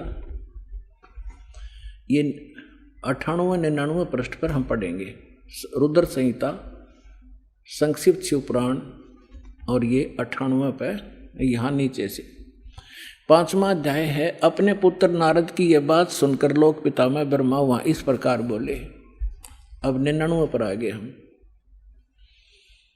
ब्रह्मा जी ने कहा, ब्रह्मन देव शिरोमणि, तुम सदा समस्त जगत के उपकार में लगे रहते हो। तुमने लोगों के हित की कामना से बहुत उत्तम बात पूछी। अब नारद जी ने क्या पूछा था कि पिताजी, अपने पिता ब्रह्मा से, कि मुझे सृष्टि रचना सुनाओ। अब यो लगा सृष्टि रचना सुना। देखिएगा, जिस समय समस्त चराचर जगत नष्ट हो गया था, सर्वत्र केवल अंधकार ही अंधकार था, न सूर्य थे न चंद्रमा आदि आदि, उस समय तत् सत ब्रह्म, इस श्रुति में जो सत सुना जाता है एकमात्र वही शेष था। ठीक, अब ये देखिए क्या सट्टे मारेगा है। क्योंकि पुण्यात्मा ये 100 पृष्ठ पा गया। आपको थोड़ा सा हिंट दे दूं कि परमात्मा जब प्रथम सतयुग में आए थे, इन तीनों को मिले थे, ब्रह्मा जी को, विष्णु जी को, शिव जी को। इन्होंने मालिक से ज्ञान एक संत रूप में, ऋषि रूप में, और इन्होंने ये ज्ञान सुना था परमात्मा से। अब ब्रह्मा जी परमात्मा वाले ज्ञान को कुछ अपनी अटकल को मिला के कैसे वो सृष्टि रचना बता रहा है। देखिएगा, जिस परब्रह्म के विषय में ज्ञान और अज्ञान से युक्त पूर्ण युक्तियों द्वारा इस प्रकार विकल्प किए जाते हैं, उसने कुछ काल के बाद द्वितीय की इच्छा प्रकट की। उसके भीतर एक से अनेक होने के संकल्प उदित हुआ। तब उस निराकार परमात्मा ने अपनी लीला शक्ति से अपने लिए एक मूर्ति की कल्पना की। अब ये के सट्टे मारे है, नो कहो वैसे तो परमात्मा निराकार है, वो ये ब्रह्म निराकार कहे, और उसने कहते फिर वो सदाशिव के रूप में आ गया। वो सदाशिव कौन है देखिए उनका। अब ये कहते हैं जो मूर्ति रहित परम ब्रह्म है, उसकी मूर्ति भगवान सदाशिव हैं। ये काल ने सदाशिव कहे हैं, आगे क्लियर भी होगा। अर्वाचीन और प्राचीन विद्वान उन्हीं को ईश्वर कहते हैं। उस समय एकाकी रहकर स्वेच्छानुसार विहार करने वाले सदाशिव ने अपने विग्रह से एक स्वरूप भूता शक्ति की सृष्टि की, जो उनके अपने श्री अंग से कभी अलग होने वाली नहीं थी। अब ये क्या कह रहा है ब्रह्मा जी, अपने विग्रह से उस काल रूपी ब्रह्म ने, सदाशिव ने अपने शरीर से एक स्त्री उत्पन्न की, जो उसके श्री अंग से कभी अलग होने वाली नहीं थी, अलग कर दी। यह देख, अपने विग्रह से स्वयं ही एक स्वरूप भूता शक्ति की सृष्टि की, जो उनके अपने श्री अंग से कभी अलग होने वाली नहीं थी। उस पराशक्ति को प्रधान और प्रकृति, गुणवती माया, प्रकृति भी कहते हैं उस दुर्गा को। बुद्धि तत्वों की जननी तथा विकार रहित बताया गया है। उस शक्ति, वह शक्ति अंबिका दुर्गा कही गई है। उसको प्रकृति, ये ध्यान रखना, दुर्गा को प्रकृति भी कहते हैं, जो गीता में आपको दिखाया था। अभी आपको श्रीमद् भगवद गीता अध्याय नंबर 15 के श्लोक नंबर 3 से 5 में, 3, 4, 5 में स्पष्ट किया था कि ये काल कहता है, ये प्रकृति तो सभी की माँ जानो और मैं सबका पिता, मैं इसके अंदर बीज स्थापना करता हूँ जिससे सबकी उत्पत्ति होती है। और प्रकृति से उत्पन्न ये तीनों गुण, रजगुण ब्रह्मा, सतगुण विष्णु, तमगुण शिव जी, ये सभी जीवात्मा को कर्मानुसार बांधे रखते। और परमात्मा ने क्या बताया कि नहीं, ये 3 नहीं, ये 5 मिलकर बांध रहे आपको। और हम इन 500 मेल जीव अटकाए, युगों युग हम आन छुटाए। अब देखो उसको प्रकृति सर्वेश्वरी त्रिदेव जननी, ओए होए, तीनों देवताओं की को जन्म देने वाली इनकी माता नित्या और मूल कारण भी कहते हैं। सदाशिव द्वारा प्रकट की गई उस शक्ति की 8 भुजाएं हैं। होगी ना स्पष्ट? 8 भुजाएं हैं। ये देखिएगा 8 भुजाएं, ये है वो दुर्गा। इसमें तो घड़ी ला रखी, घर की बाहर है कितनी ला दो ये, लेकिन है इसकी 8 ही हैं। ये नककता पता नहीं था, किसी 20 मुँह ला दें, किसी 50 ला दें हैं। ये अष्टंगी है, सभी जानते इस बात को, 8 भुजा है। अब देखिएगा उस शक्ति की 8 भुजाएं हैं। नाना प्रकार के आभूषण उसके श्री अंगों की शोभा बढ़ाते हैं। वह देवी नाना प्रकार की गतियों से संपन्न है और अनेक प्रकार के अस्त्र शस्त्र धारण करती है। एकाकिनी होने पर भी वह माया संयोग वसात अनेक हो जाती है। वे जो सदाशिव हैं उन्हें परम पुरुष ईश्वर शिव शंभु और महेश्वर कहते हैं। ये देखिए यहाँ आगे अब हम 101 पृष्ठ पे हैं, रुद्र संहिता। अब इस शिव सदाशिव इस काल की महिमा सुना रहा है ब्रह्मा जी। वे अपने सारे अंगों में भस्म रमाए रहते हैं। उन काल रूपी ब्रह्म ने, आ गया ना स्पष्ट, ये काल रूपी ब्रह्म कहो, सदाशिव कहो, ब्रह्मा विष्णु महेश का पिता कहो, दुर्गा का पति कहो, उन काल रूपी ब्रह्म ने एक ही समय शक्ति के साथ है, नाथ ने, ये गलत मिसप्रिंट है, शिवलोक नामक अक्षेत्र का निर्माण किया। उस उत्तम अक्षेत्र को काशी कहते हैं। आगे देखो, वे प्रिया और जो सबके ऊपर विराजमान है, वे प्रिया और प्रियतम शक्ति और शिव, दुर्गा और ये काल जो परमानंद स्वरूप है, उस मनोरम क्षेत्र में नित्य निवास करते हैं। काशीपुरी परमानंद रूपणी है। मुने शिव और शिवा ने, यानी काल और दुर्गा ने प्रलय काल में भी उस क्षेत्र को अपने सानिध्य से मुक्त नहीं किया। देवर्षि ब्रह्मा जी कह रहे हैं, एक समय उस आनंद वन में रमण करते हुए शिवा और शिव के मन में यह इच्छा हुई कि किसी दूसरे पुरुष की सृष्टि करनी चाहिए। अब इन्होंने संतानों उत्पत्ति की सोची और फिर इन्होंने संतान उत्पत्ति कर्म किया। उससे 2 पुत्र तो यहाँ सिद्ध कर दिए, ब्रह्मा और विष्णु। देखिए, सृष्टि करनी चाहिए जिस पर यह सृष्टि संचालन का महान भार रखकर हम दोनों केवल काशी में रहकर इच्छा अनुसार विचरें और निर्वाण धारण करें। ऐसा निश्चय करके शक्ति सहित सर्वव्यापी परमेश्वर शिव ने अपने वाम भाग के 10वें अंग पर अमृत मल दिया। फिर तो वहां से एक पुरुष प्रकट हुआ। अब देख, इनकी अकल देखो ब्रह्मा की। अब शक्ति और शिव, उस दुर्गा की क्या जरूरत थी? अपने साथा पर के में मसला होता हो, ये मारे बकवाद में, मतलब कि ये देखो। अब क्या वहां से एक पुरुष प्रकट हुआ, उसका नाम के धरा देखो। शिव ने कहा, वत्स बेटा, व्यापक होने के कारण तुम्हारा विष्णु नाम विख्यात हुआ। अब यहाँ ये 6ठा अध्याय समाप्त हुआ। अब 7वें में क्या कहा? ब्रह्मा जी कहते हैं, देवर से जैसे विष्णु की उत्पत्ति करी दुर्गा और काल ने मिलकर, तत्पश्चात कल्याणकारी परमेश्वर सांब सदाशिव ने, उस काल रूपी ब्रह्म ने पूर्ववत प्रयत्न करके मुझे अपने दाहिने अंग से उत्पन्न किया। अब पुण्यात्मा, अब यहाँ ब्रह्मा और विष्णु की तो उत्पत्ति बता दी, यहाँ विचलित हो गया ये शिव पुराण का अनुवाद करता, इसने यहाँ गोल मोड़ कर दिया। लेकिन कहते हैं, चोर चुरावे तोमड़ी और गाड्डे पानी में, वो गाड्डे हुआ ऊपर और सच्चाई छनी ना। कहाँ तक छुपाएंगे? अब दिखाता हूँ आपको, कल भी दिखाया था, आज फिर दिखाऊंगा। क्योंकि पुण्यात्माओं, एक सिलेबस होता है क्लास का, बच्चे रह कर टीचर उनको बार बार रिवाइज कराते हैं, उसका रिपीटेशन करवाते हैं, आवृत्ति कराते हैं, जब जाकर वो बच्चे उससे परिचित होते हैं। तो दास एक टीचर है, आप विद्यार्थी हैं, सौभाग्य आपका, आपके इसमें प्रवेश पा लिया, तो इसको सफल करो। हम एक रोजी रोटी के लिए और 20 वर्ष तक बच्चों को पढ़ाते हैं, जब हो सकता किसी को मिले रोटी, रोजगार ना मिले, बाकी हम फिर भी उसमें लगाए रहते हैं। और ये तो एक अनमोल वर्त वस्तु, इस भक्ति और इस इस कमाई का तो ये तो निष्फल जा ही नहीं सकती। तो इसलिए आप इसमें एक विशेष रुचि लो। अब देखिएगा, यही शिव पुराण, इसमें है एक विद्वेश्वर संहिता, थोड़ी सी झलक दूंगा, बस ज़्यादा समय नहीं लूंगा।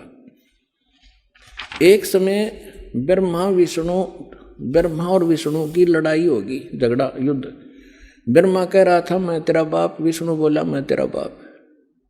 इसी बात पर इनका युद्ध हो गया, लंबी कहानी है। तो इस काल ने सोचा ये लड़के मर जाएंगे, इनके बीच में एक लिंग खड़ा कर दिया, सफेद तेजों में पिलर, बहुत लंबा चौड़ा। ये युद्ध भूल गए आपस में, उसका और छोर खोजने में लग गए। लंबी कहानी। फिर यूं आ गया अपने पुत्र सदाशिव का रूप धारण करके। इसने प्रतिज्ञा कर रखी है मैं अपने यथार्थ रूप में कभी किसी के सामने नहीं आऊंगा। तो ये किसी को विष्णु रूप में दर्शन देता है, या किसी को शिव रूप में, किसी को ब्रह्मा रूप में। तो वहाँ ये शिव रूप धारण करके आ गया। अब देखिए विद्वेश्वर संहिता, और ये है संक्षिप्त शिव पुराण 24वां पृष्ठ। यहाँ इन दोनों का झगड़ा हो रहा था, बीच में इसने ये सतम खड़ा कर दिया। अब यहाँ आ जाते हैं। ब्रह्मा और विष्णु ने पूछा प्रभो इस ज्योत निरंजन काल से सदाशिव से सृष्टि आदि 5 कर्तों के लक्षण क्या है, यह हम दोनों को बताइए। भगवान शिव बोले, ये काल रूपी ब्रह्म बोला, मेरे कर्तों को जानना अत्यंत गहन है, तथापि मैं कृपा पूर्वक तुम्हें उनके विषय में बता रहा हूँ। आगे चलेंगे। अब हम आगे 26 पृष्ठ पे। इसने कहा कि पुत्रों, अब हो गया ना इनका बाप ब्रह्मा विष्णु महेश का पिता है ये। पुत्रों तुम दोनों ने, ब्रह्मा और विष्णु ने तपस्या करके प्रसन्न हुए मुझ परमेश्वर से सृष्टि और सतिथि नामक 2 कृत प्राप्त किए। ये दोनों तुम्हें बहुत प्रिय। इसी प्रकार मेरी विभूति स्वरूप मेरे जैसी शकल के रुद्र और महेश्वर ने, यो ने है, 2 अन्य उत्तम कृत संहार और त्रोभाव मुझसे प्राप्त किए हैं। यो 5वां कौन है? ये 4 तो ब्रह्मा विष्णु महेश और रुद्र हो गए। इस महेश का, इसी का एक शकल है रुद्र, और वो 11 रुद्रों का कंट्रोलर है वो रुद्र, वो अलग है। और ये ब्रह्मा विष्णु महेश ये अलग है। तो ये 5वां जो बोल रहा है यू है काल दुर्गा का पति। अब हमने यहां से इतना ही लेना था। अब आपको जो दास ने अभी दिखाया था, ये पहले दास ने परमात्मा के द्वारा बताई सृष्टि रचना सुनाई, और अब इन सदग्रंथों में प्रमाणित हो रही है। तो इससे क्या सिद्ध हो गया कि कौन है, कौन ब्रह्मा का पिता है और कौन विष्णु की माँ, शंकर का दादा कौन है, हमको देव बता। तो इस कथा से आपको सावधान सिद्ध हो जाएगा कि ब्रह्मा विष्णु महेश का पिता और शंकर, इनका दादा कौन है? इनका दादा है कबीर जी, वो सत्य पुरुष जिसने इनके पिता ज्योत निरंजन को जन्म दिया, और उसी से फिर ब्रह्मा विष्णु महेश का जन्म हुआ इस ज्योत निरंजन काल से। तो इनका दादा कौन है? कबीर सत्य पुरुष, वो परमेश्वर है। जो आज दास सत्संग शुरू करना कर रहा था, उसकी तो अभी तक भूमिका बनी है। अब क्या हुआ, इन तीनों देवताओं का दुर्गा ने ब्याह कर दिया, अपने ही 3 रूप बनाए, सावित्री, लक्ष्मी और पार्वती। समुद्र में छुपा दिए अपने वचन से, 3 लड़कियां युवा बना दी। और ये जब युवा हुए, इनको कोमा से बाहर कर दिया, इन तीनों का विवाह कर दिया। इनसे फिर आगे काल की सारी सृष्टि चली। अब दास जो आज प्रसंग शुरू किया था वही शुरू होगा मेरा तय काम, जो बताना चाहूँ था। अब धर्मदास जी ने पूछा, हे परमात्मा, हम बड़े नीच और पामर प्राणी हैं। हे भगवान, हमने आपके साथ धोखा किया, आपके साथ चीटिंग करी, और फिर भी आप हमारे लिए भटक रहे हो। कैसे दया करी दाता। तब परमात्मा ने कहा कि जब यहाँ ये प्राणी इतने दुखी हो गए, हाहाकार माच गई, तब क्योंकि उस समय तक परमात्मा ये बताना चाहते थे, क्योंकि परमेश्वर ने कहा कि उस समय जब यहाँ हाहाकार माची धर्मदास मैं अपने पुत्र जोगजीत का रूप बना के, जिस पुत्र के रूप बना के इनको निकाला था उसी का रूप बना के मैं वहाँ खड़ा हो गया जहाँ 1,00,000 मानव शरीरधारी प्राणी स्त्री और पुरुष वहाँ भूनने जा रहे थे तपस्या, और चटक पटक जीव करे थे, वो दो चटक पटक कर पड़े थे, बुरा हाल हो रहा था। तो वहाँ मेरे जाने से सभी जीवों की वो तपत तो खत्म होगी। वह टुकड़ी वह तपस्या ऐसे की ऐसी जल रही थी, लेकिन मेरी रजा से उनको आंच नहीं लगे थी। सभी बैठ के या तो रो रहे थे, फिर सामने देखा, मुझे देखकर कहा कि हे भगवान, हम यहाँ कौन से पाप का कर्म भोग रहे हैं, दुख भोग रहे हैं, क्योंकि सबको ये मालूम है अपने किए का कर्म भोगना पड़ता है। तो परमात्मा ने कहा, भाई ये जो तपस्या पर दुख है ना, ये यहाँ का नहीं, ये सतलोक में तुमने गलती करी थी, वो दंड है। तब सारी सृष्टि रचना सुनाई। तो वहाँ तो सारे दुखी थे, सबको मालूम था, ना कोई बेटा साथ था, ना बेटी साथ थी, ना कोई संपत्ति साथ थी, ना कोई रिश्तेदार साथ था, अकेले भुन रहे थे, पिट रहे थे वहाँ पर। तो वहाँ सभी ने स्वीकार किया जो मालिक बता रहे थे, और कहा, हे भगवान, हमें छुटवा लो काल अन्यायी से। परमात्मा बोले, ऐसे नहीं। अब यहाँ परमात्मा ने कहा कि जोर करूं तो मेरा वचन नसाई, जब तुम जाए धरो जग नर देहा, तब तुम करना मम सत सबद स्नेहा। जब तुम संसार में जाओ, मनुष्य शरीर प्राप्त हो, और मेरा कोई दास इस सच्चे ज्ञान को और सत्य नाम को सुना रहा हो, बता रहा हो, तब उसकी शरण में चले जाना, तब तुम्हारा मोक्ष होगा, ना तो नहीं हो सकता। तब उन्होंने कहा कि हे परमात्मा, अब का जन्म मनुष्य का हो गया, पूर्ण संत खोजेंगे और आपकी शरण, आपकी भक्ति करा करेंगे, और पूजा हम करेंगे नहीं। यहाँ तो ये फिर तीनों गुण इनको परमित कर देते, इनको ज्ञान नहीं, कहाँ थे, कौन जन्मे थे, ऐसा जुल्म कर रखा हमारे साथ। तो फिर क्या हुआ, परमात्मा ने कहा कि वहाँ वो ऋषि में ऋषि भी वहीं भुन रहे थे, भुनने जा रहे थे, जो यहाँ मंडलेश्वर पाक रहे थे। तब परमात्मा ने कहा, तुम निराकार बताते हो इस काल को, ज्योत निरंजन को, अभी आएगा तुम्हें खाने के लिए। देखो वो आ गया सामने, वो साकार है, नर आकार है, ओछा माथा उसका 2 उंगल का, और ऊंचा ऊंचा स्वर्ण भयंकर सा चेहरा से जो आ रहा सामने। परमात्मा बोला, अब तुम जाओ यहाँ से। परमात्मा ने उन सभी को वहाँ से उड़ा दिया। वो आगे अपने कर्माधार से, जहाँ पर किसी ने पशु बनना था, पक्षी बनना था, धर्मराज से लेखा करो, आगे चले गए। अब जब उस काल ने देखा सामने भगवान खड़े, जोगजीत खड़ा है, जिसने मुझे निकाला था वहाँ से, इतना तो वो जान गया कि कोई परमात्मा का संदेश लेकर आया है। ये थोड़ा सा उसको डर भी था, कहीं यहाँ से भी निकालने ना आ गया वो, मैंने ये गलती, मैं ये इनको दुखी कर रहा हूँ। फिर भी उसने हिम्मत करके पूछा कि जोगजीत तू यहाँ क्यों आया? परमात्मा का कोई वचन है तो मुझे बता, आदेश दे, और आज तुझे मैं ठीक करूँगा। तूने वहाँ से मुझे मार कर निकाला था, और आज तू मेरे लोक में कैसे आ गया? तब परमेश्वर के रूप में, जोगजीत रूप में खड़े परमात्मा ने कहा कि परमात्मा का आदेश लेकर मैं आया हूँ, और आपने सभी प्राणियों का कैसी दुर्गति कर रखी है, बुरा हाल कर रखा है। कोई गधा बना दिया, कोई कुत्ता बना दिया, किसी की टांग कट गई, किसी को कैंसर हो गई, किसी का बेटा मर गया, किसी की बेटी विधवा, ऐसा जुल्म।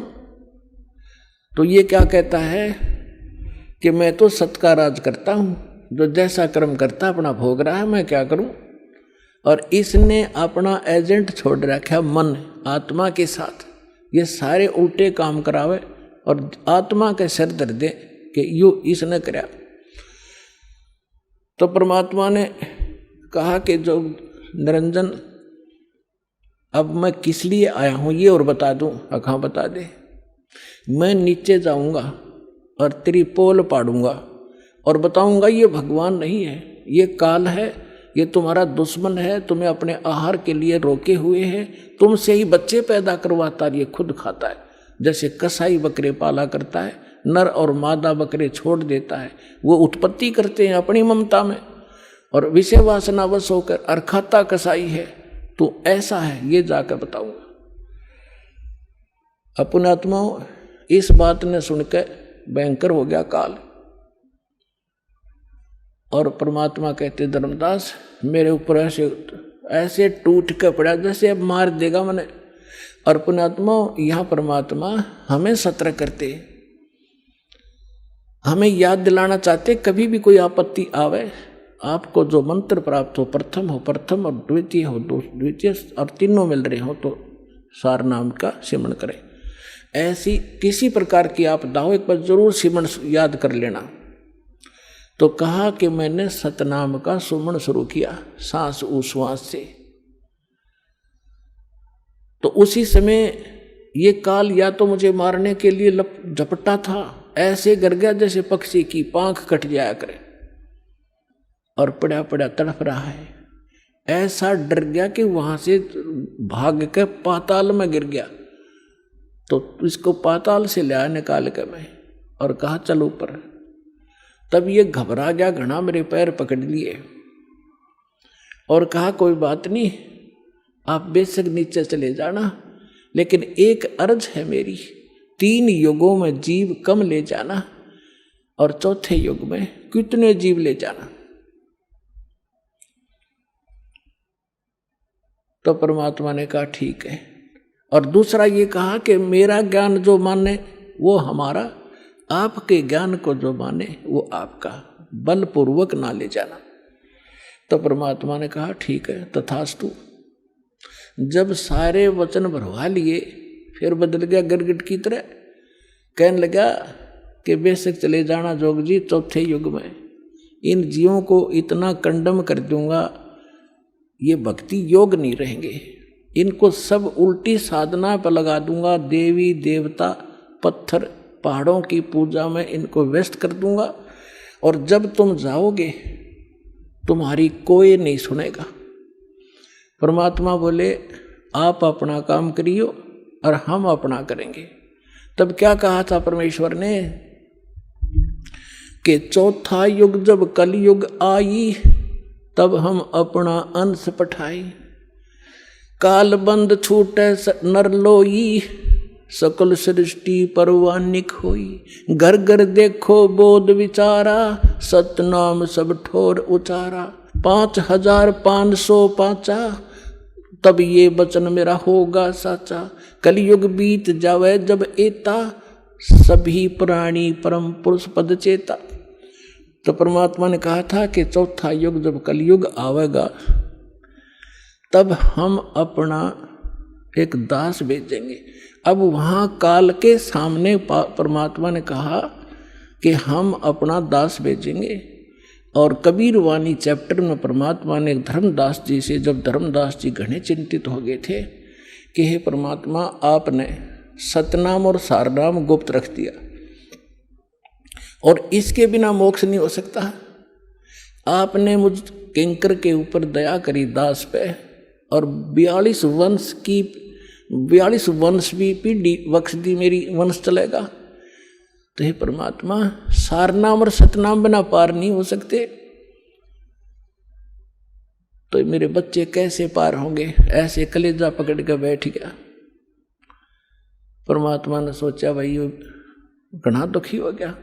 तब परमेश्वर ने कहा कि सुन ले, काल ने क्या कहा था, 12 पंथ करूं मैं साजा, नाम तुम्हारा ले करूं आवाजा, 12 पंथ नाम जो लेगी, हमरे मुख में आन समोही, जाओ जोग जीत संसारा, जीवन माने कहा तुम्हारा, जीव तुम्हारा कहा न माने, हमारी ओढ़ हो बाद बखाने।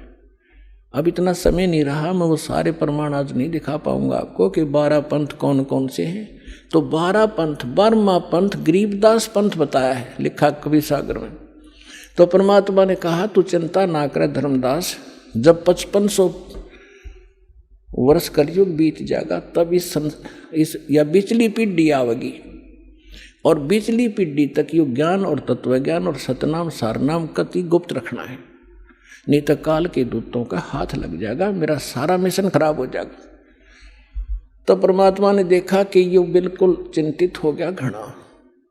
तब परमेश्वर ने कहा, धर्मदास जब साची बताऊं तेरे ते। तब धर्मदास ने कहा कि भगवान आज कितना अच्छा समय है, कलयुग स्टार्ट है सन 1398 में और 1512 तक, और आज भी लोग ना मानते, और आप कह रहे हो आगे तो भयंकर कलयुग पैदा कर देगा, काल ऐसा जुल्म कर देगा, हाहाकार मच जाएगी, इंसान कृतघ्नी हो जाएंगे। तो उस समय कैसे पार होंगे? आज तो आप भी विद्वान हैं और फिर भी ना मान रहे ये लोग। तो परमात्मा ने कहा, जब 5500 वर्ष कलयुग बीतेगा और बर्मा वंश चल चुका होगा इस काल का, यानी गरीबदास पंथ तक, तो उस बर्म में पंथ में मैं आऊंगा स्वयं, और फिर सभी पंथों को खत्म करके एक पंथ बनाऊंगा, और सारी सृष्टि मेरा ही नाम लेगी। तेरे 42 वंश क्या सारी सृष्टि न पार करूंगा धर्मदास, इन 42 की तो चिंता छोड़ तू। तब उसका दिल डटा था, और काल के सामने परमात्मा ने थोड़ा सा भेद रखा कि मैं अपना अंश भेजूंगा, और वो सारे सूरी सृष्टि को, और घर घर देखो बोध विचारा, और सतनाम सब ठोड़ उचारा। आप देख रहे हो आज ये ज्ञान गीत, ज्ञान गंगा घर घर में पहुंच गई है। ना कोई किताब खरीदनी है, इंसान देखा था कितना, या किताब बिकती देखी थी आपने गांवों के अंदर, शहरों के अंदर? कोई सब्जी बेचे, कोई प्याज बेचे, कोई तोरी और घिया बेचे, ये तो देखी थी।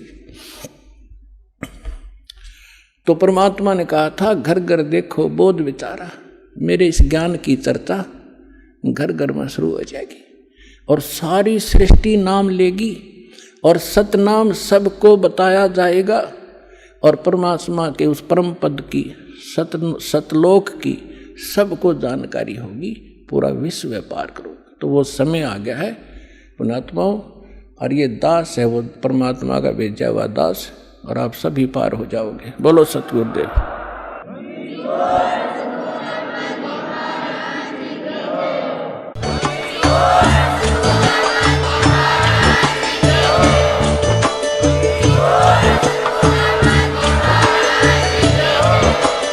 आप सुन रहे थे जगत गुरु तत्वदर्शी संत रामपाल जी महाराज जी के मंगल प्रवचन। अधिक जानकारी के लिए विजिट कीजिए हमारी वेबसाइट www.jagatgururampalji.org। संत रामपाल जी महाराज जी के शुभ आशीर्वाद से पूरे विश्व भर में 500 से भी ज्यादा नाम दीक्षा केंद्र हैं, जिन पर संत रामपाल जी महाराज जी द्वारा ऑनलाइन निशुल्क नाम दीक्षा दी जा रही है। अपने नजदीकी नाम दीक्षा केंद्र का पता करने के लिए संपर्क करें 8222880541।